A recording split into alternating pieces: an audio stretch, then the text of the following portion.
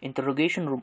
It is a designated room for purpose of interrogation or interview, which is directly related to the privacy in the interrogation or interview process.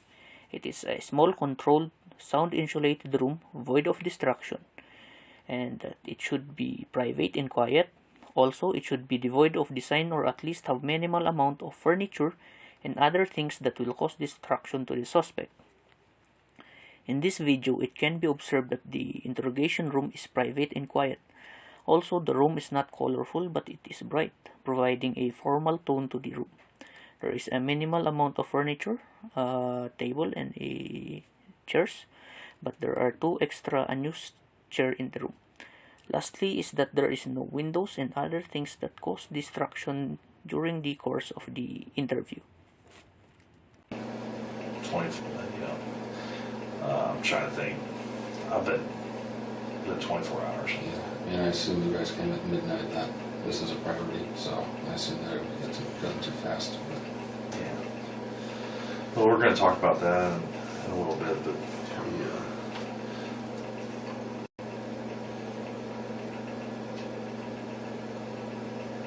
We just got a lot of questions to ask. Before an interrogation or an interview, we have what we call establishing rapport. It is commonly done by investigators to establish a connection between them and the subject. It is also done to eliminate the possible negative emotions felt by the subject before the start of an interview. In the video, as the investigator explains to the subject what will happen during the interview with a calm and a friendly manner, he now begins to establish that connection. We want to get this resolved so everybody can move on with their lives. Sorry about that, Brent. Our system's running a little bit slow. So I don't know if there's a storm's coming in. We're getting power outages. Okay. Wow, this changes it. So before we go to the structure of the interview, let's discuss first about custodial investigation. Well, technically, custodial investigation is done or conducted primarily by law enforcers to any person that is under the custody of law. Furthermore, under our Philippine Constitution 1987, Article 3, Section 12, it states that persons under detention or custodial investigation has the right to be informed of his right to remain silent, his right to have competent or independent counsel, preferably of his own choice. We are investigating the disappearance of Ms. Ying. Like I said, your home. My name is Anthony Manganero. I'm especially with the FBI. I'm assigned here in Champaign. And then this is Eric? Yeah, Detective Eric Stuyvesant. Detective with University Police, okay. Introduction. It is where the interrogator or the interviewee introduces themselves by stating their name, authority, and purpose of the interview. It is very important because by having a good first impression to the subject helps in establishing a rapport. In the video, it was observed that the two interviewers introduced themselves in a non-threatening language which helped provide good impression to the subject, and this helped in establishing the rapport. Because we are in my offices and it's late at night, I'm going to read you your advice of rights, okay? Again, this is a voluntary interview, so at any time you're done, we'll drive you back home. That's the end of it, but just kind of given that it's late and stuff like that, or abundance of caution. All right, so before we ask you any questions, you must understand your rights. You have the right to remain silent. Anything you say can be used against you in court. You have the right to talk to a lawyer for advice before we ask you any questions. So I'm trying to read upside down. You have the right to have a lawyer with you during questioning. If you cannot afford a lawyer, one will be appointed for you before any questioning if you wish. If you decide to answer questions now without a lawyer present, you have the right to stop answering questions at any time. If you understand these rights, if you have any questions about these rights, ask now, ask anytime. If you do wish to talk, you can sign. I'll sign as a witness, and we'll go from there. In this point of the video, the investigator tries to explain the rights of the subject. For in a custodial investigation, the investigator must explain and make the subject understand his Miranda rights, and it is a must before conducting an interview. I'm willing to answer questions. It's some questions. Obviously, I don't know. Yeah, if I ask you a question and you're like, hey, I don't want to answer that, but I'll answer other ones. Yeah. Again. It is like 7 minutes after.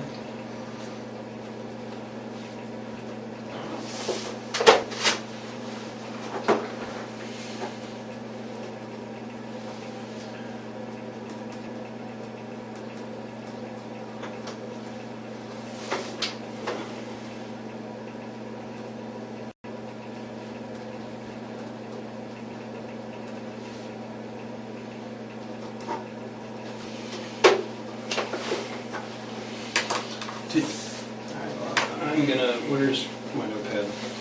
Here's actually. Thank you. Yep. Okay.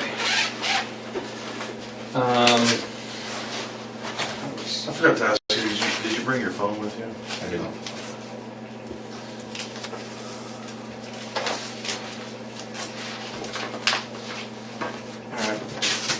Now, I'm going to apologize ahead of time because I know that you've already spoken with my colleague, Joel. This chair is...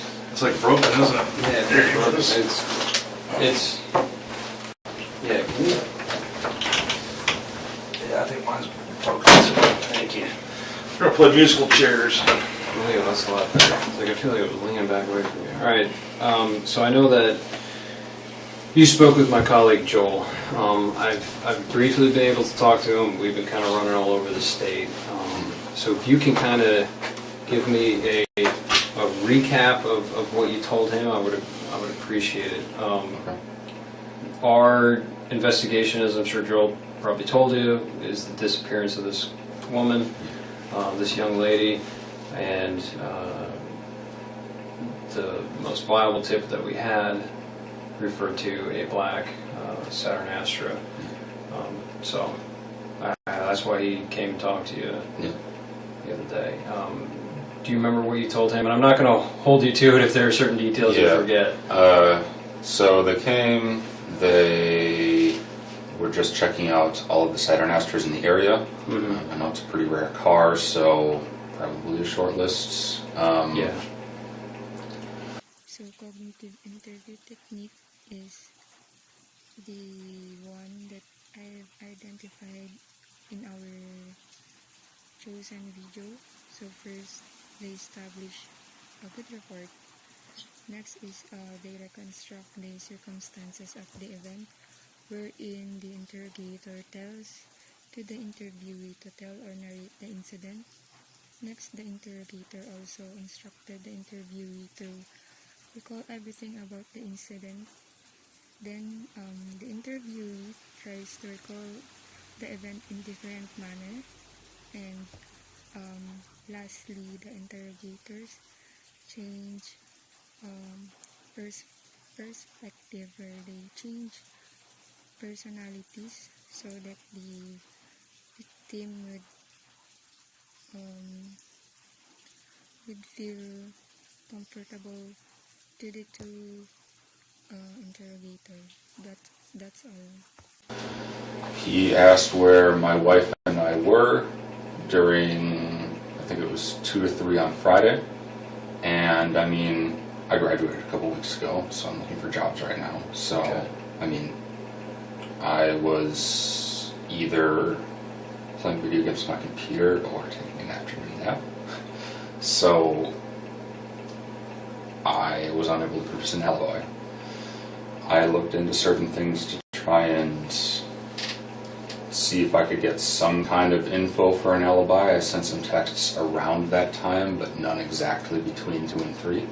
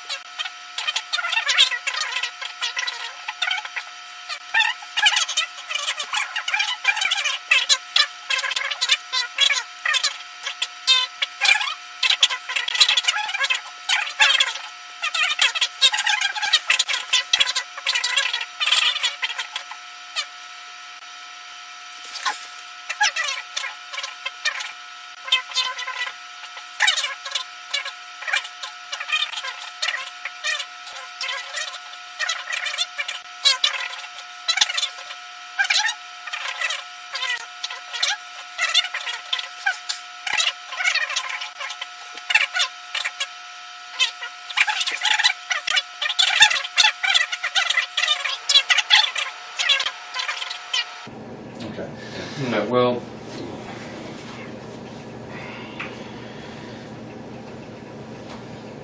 believe me when I say that the full weight and force of the FBI is going to descend on that vehicle. Okay. And all that entails. Okay. Okay. Right now, my primary concern and why I've been out till midnight, and these guys have been out till midnight every single night, is we're trying to find this girl. As the investigator asked about the matters about the car of the subject, as a support, the other investigator comes now and mentions about the full force of the FBI and the team of the other investigator being awake on 24 hours looking for the victim, now hinting him that it's already futile to resist them and it's rather better to help them on the case. It's raining outside, it's nasty. She's a foreign student who's only been here for a few weeks. I want to find her. I'm asking for help. I know. I mean, I've got her getting into your car. I need to know why.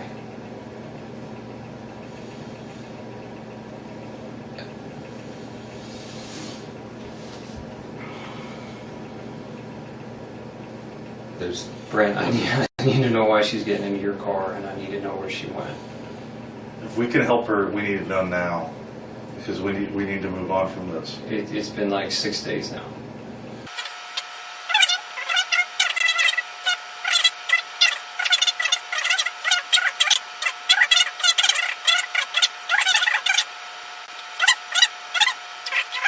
You've seen what we've allowed you to see. Can I see this stuff that you're talking about?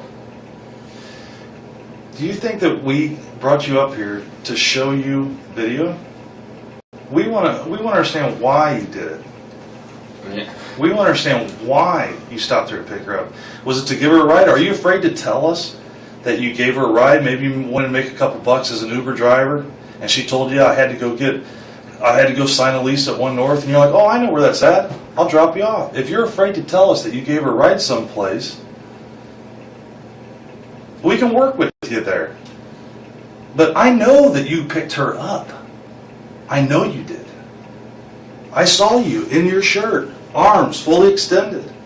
Direct approach is typically used to interrogate a suspect who's guilty is reasonably certain.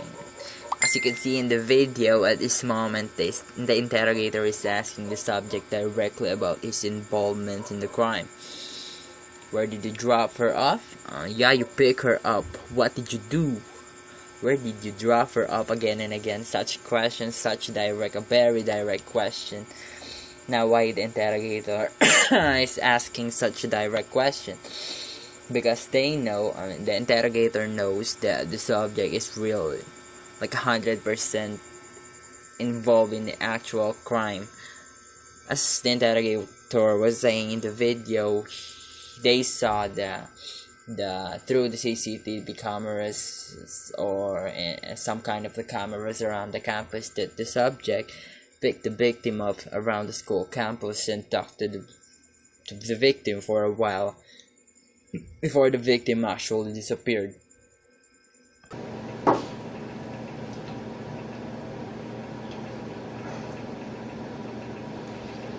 Where did you drop her off at? She was looking for a ride. She had missed her bus.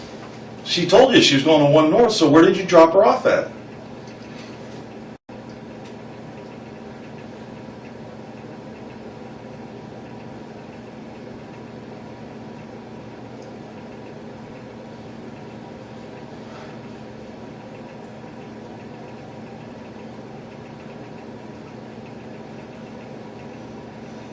Maybe I'm getting my days mixed up then.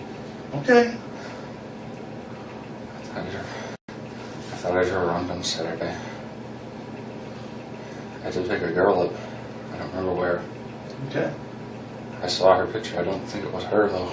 Do you remember the girl's name that you picked up? No, she was talking very broken English. Okay.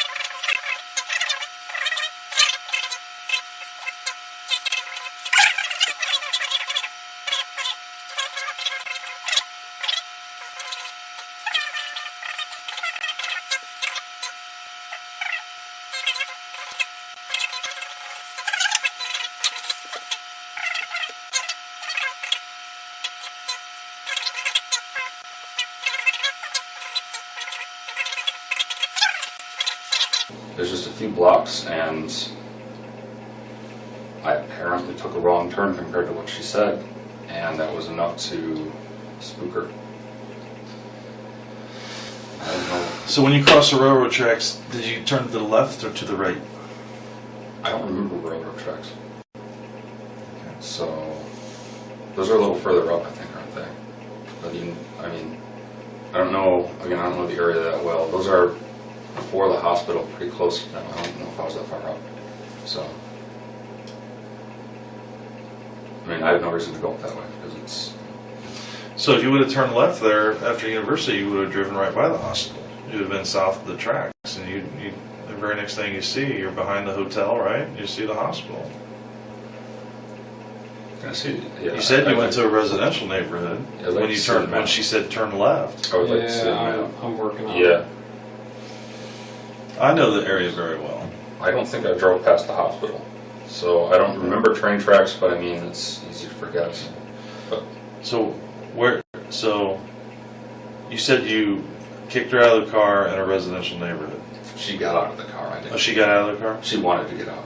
Like that's why I let her out. Okay, she was freaking out. Yeah. Okay. And she was Right. saying things that Because- you didn't understand. Because you, Uh, she thought you took a wrong turn. Yeah, and something was up. I don't know, something like that. So, yeah. I mean, she tried to open the door, but again, it was locked because my car auto locks. Obviously, wanted to get out. I'm not going to keep someone I barely know in my car who just want to be in there. I don't know the girl. So I let her out. that was the last I saw her. Really? Okay. All right. I mean, I would have told us earlier, but I mean, I thought it was Saturday. Can I move this around a little? Thank you. Okay. I guess let's start where you think you picked her up at. That's a good question. At first, as you can see in the video, the one of the interrogator pulled up a phone, a mobile device, and put it in the table. At first, for me, it wasn't really a piece of evidence. Yeah, for me, because it was just a mobile device. I think the interrogator was just wanted to pinpoint, by the subject where the location he was talking about. Because one of the interrogators is asking locations. They were talking about location. The mobile device or phone at first was not some kind of evidence for me, but not until one of the interrogator asked differently. One of the interrogator asked questions contrary to what the subject was saying in the video. Later, there was this moment that the subject points some location in the mobile device. That moment, the subject point some location in the mobile device. That information will become an evidence against the subject. Now that phone, that mobile device itself is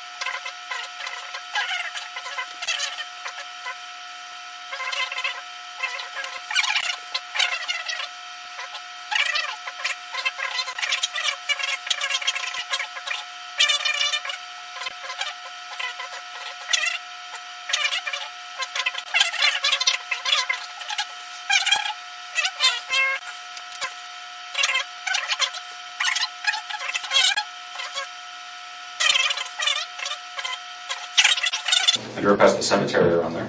Yeah. So, again, I really don't know campus. It sounds kind of sad because I've been here for 3.5 years now, but I still The big cemetery by the football field? Yeah. Yeah. So that's Kirby Avenue. Yes. Okay. I was on Kirby. Yeah, and you were heading east towards Urbana, and Kirby. I You would have had the baseball fields off to your right, the cemetery off to your left. So you would have had softball field, baseball field off to your right. Then right when you got to Lincoln Avenue, there's soccer fields off to your right. I don't remember Lacrosse specifics fields. on directions, but I was down by the cemetery. I do remember that. Okay, fair enough. So, Yeah, that's a key landmark. yeah. But you don't remember where you went after you drove past the cemetery? It was completely random where I was driving. I didn't have any kind of Do you remember driving off campus in Urbana, into a residential neighborhood in Urbana? in Urbana. If I did, it wasn't that far. Were you in Orchard Downs, Orchard Downs? where all of our married student housing is? There's a large Asian community that lives out there. Are you driving around Orchard I Downs? did go to Orchard Downs for a little bit, but there was construction, so I turned back. I know I went to Orchard Downs because a friend of mine has an apartment there. Mm-hmm. Who's your friend? Her name is Rita. She was a co-worker, research partner of mine. Okay. When I went here, didn't see her obviously, nothing like that. I was like, So you came came down all the way through. I turned into there, but again, there was construction, so I just left immediately because I was like, oh, this is just boring. turn around, you could get Yeah. all the way through. I mean, I drive like this occasionally. It's just to clear my head. I like exploring, I guess you could say. Mm-hmm. You know, one of those things like I drive down Springfield every single day at work. Mm-hmm. There are two streets right next to it. Literally never seen them. It's like, oh, I wonder what those are. So you take those instead. Yeah, so I do it occasionally. And Saturday was the day where I did a lot of videos. So. Okay.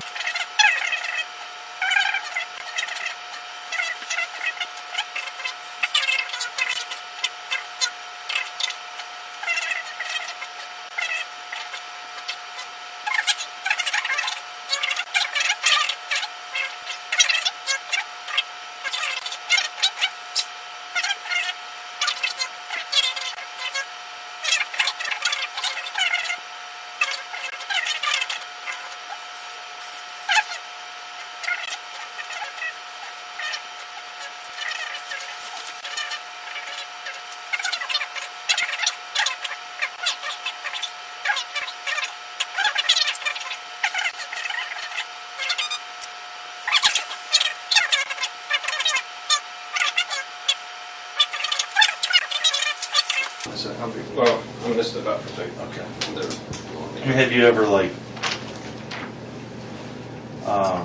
you do realize like everything you tell us, we fact check regardless of what you tell us. So, Yeah, I know. like stuff like YouTube videos that you've seen Okay. regarding Asian women.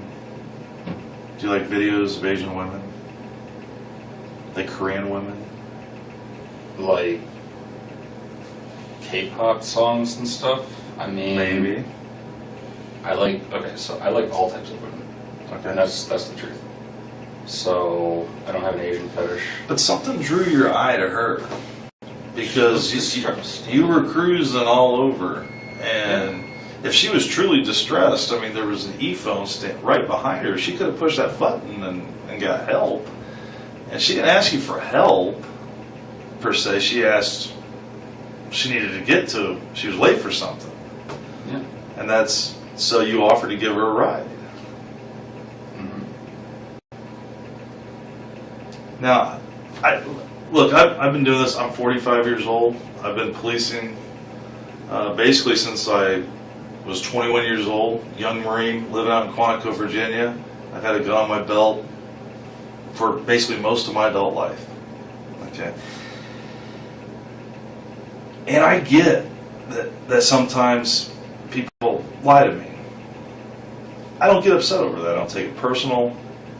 You know, a lot of times people, they tell me truths, and then, or they basically, a little bit of truth here, a little bit of truth there, but just to try to stay the course, to make me believe that they're telling me they're being entirely truthful.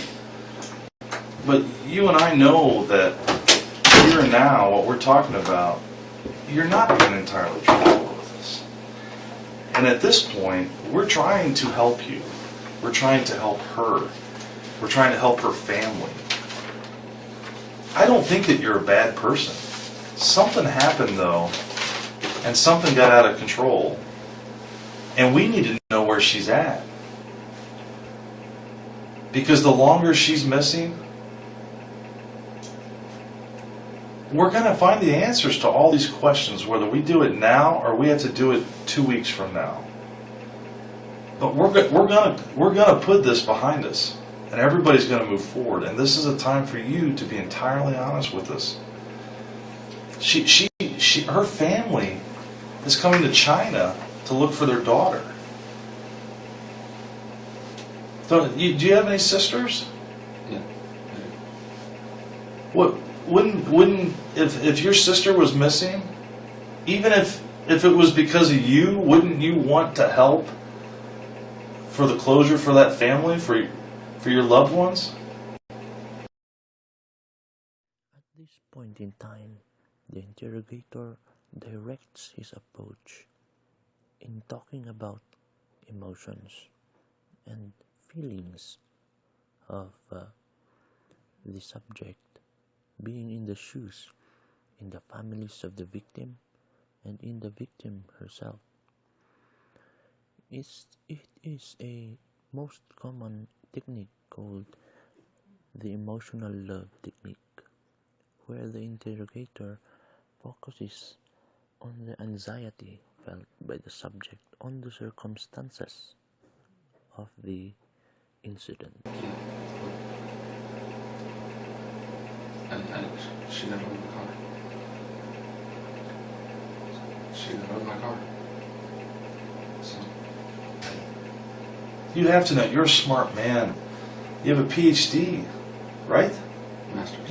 Master's. Oh, you got out of the PhD. You're still a smart man, is my point. So you have to understand how technology works. How do you think I knew that she Googled the address to 1 North? How do you think I knew that? 1 minute after getting in your car. How do you think I knew that? We know that she didn't get out of your car. You need to be honest with us. Help us put this to rest. Help us bring her back to her family. You can do that. You can do that. You can do it right now.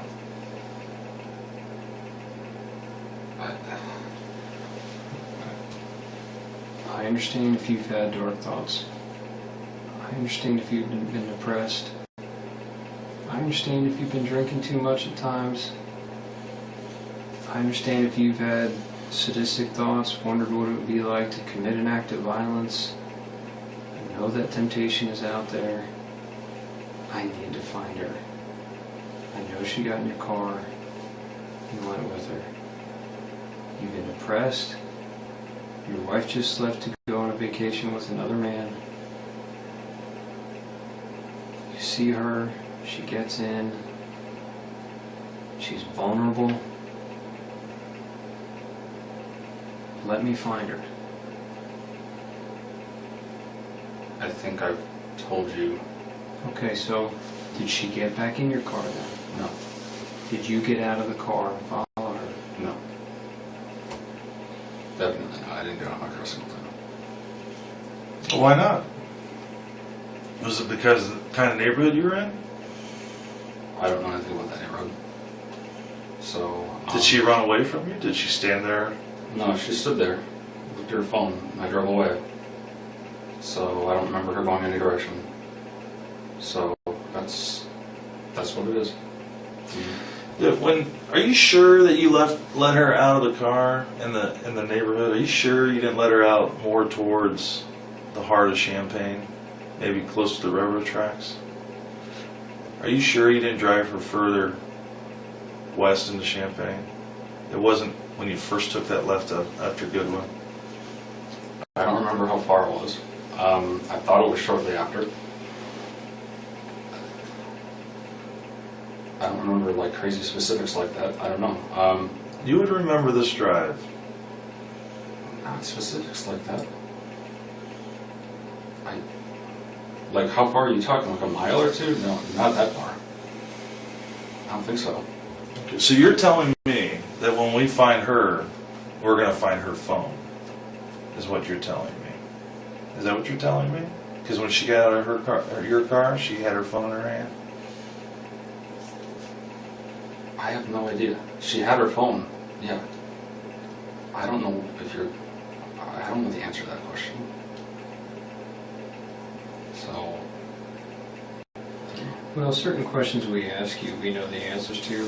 We're seeing if you're being truthful with us. Okay. You know, if I ask you a question I know the answer to, and you give me a different answer, I know you're not being truthful with me. You know, this is part of the reason why we keep asking it. Help us find her. I appreciate you being honest with her getting into the car. It tells me that you're telling the truth because I knew the answer to that. So I want to bring her back to her family. Okay. Okay. What happened in that car? I know she was looking for directions. Things went sideways. Tell me what happened. That's what happened.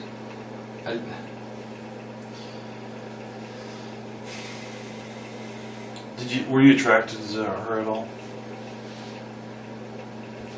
Reasonable amount. I mean, she's a good-looking girl. Did the thought cross your mind? Yeah, the thought crossed my mind, but it probably happened with anyone. I mean, maybe she's into that. Is my point. And I'm not judging you. If she got in your car and she wanted to go to another location, you guys have some fun, roll around, have sex, consensual sex. Something happens. You panic. Is that a possibility? You sure? Yeah, I'm sure. So you're telling me you never had sex with her? I never had sex with her. Never penetrated her with your fingers? Any parts of her body? With No. your penis? No. With your fingers? No. Never had sex. Did you kiss her? No.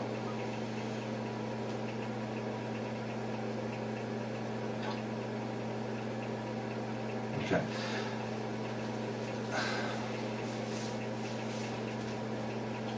Are you afraid to tell me if you did? Because it seems like you're trying to think instead of just answering the question. You're trying to think about 3 steps forward, Well, like where I'm going with it. And I think I've demonstrated enough. I've shared enough with you that you know that I know that you didn't drop her off in that neighborhood. You know that we can follow her phone. okay. So where did you drop her off at? Where'd you take her, Brent? We need to find Yang Yang. Tonight. So the type of questioning that has been recognized in the video that we've chosen is first the effective questioning, where the interrogators know how to use questions in each situation and when to use them in every part of the interview. Next is the probing questions, where the interrogators ask the specific questions to either get an answer like who was the suspect, where was the crime occurred, when was the crime happened, how was the crime happened, what is the motive of the suspect for killing the victim, and lastly, why is that the witness are present during the crime scene. So that's all.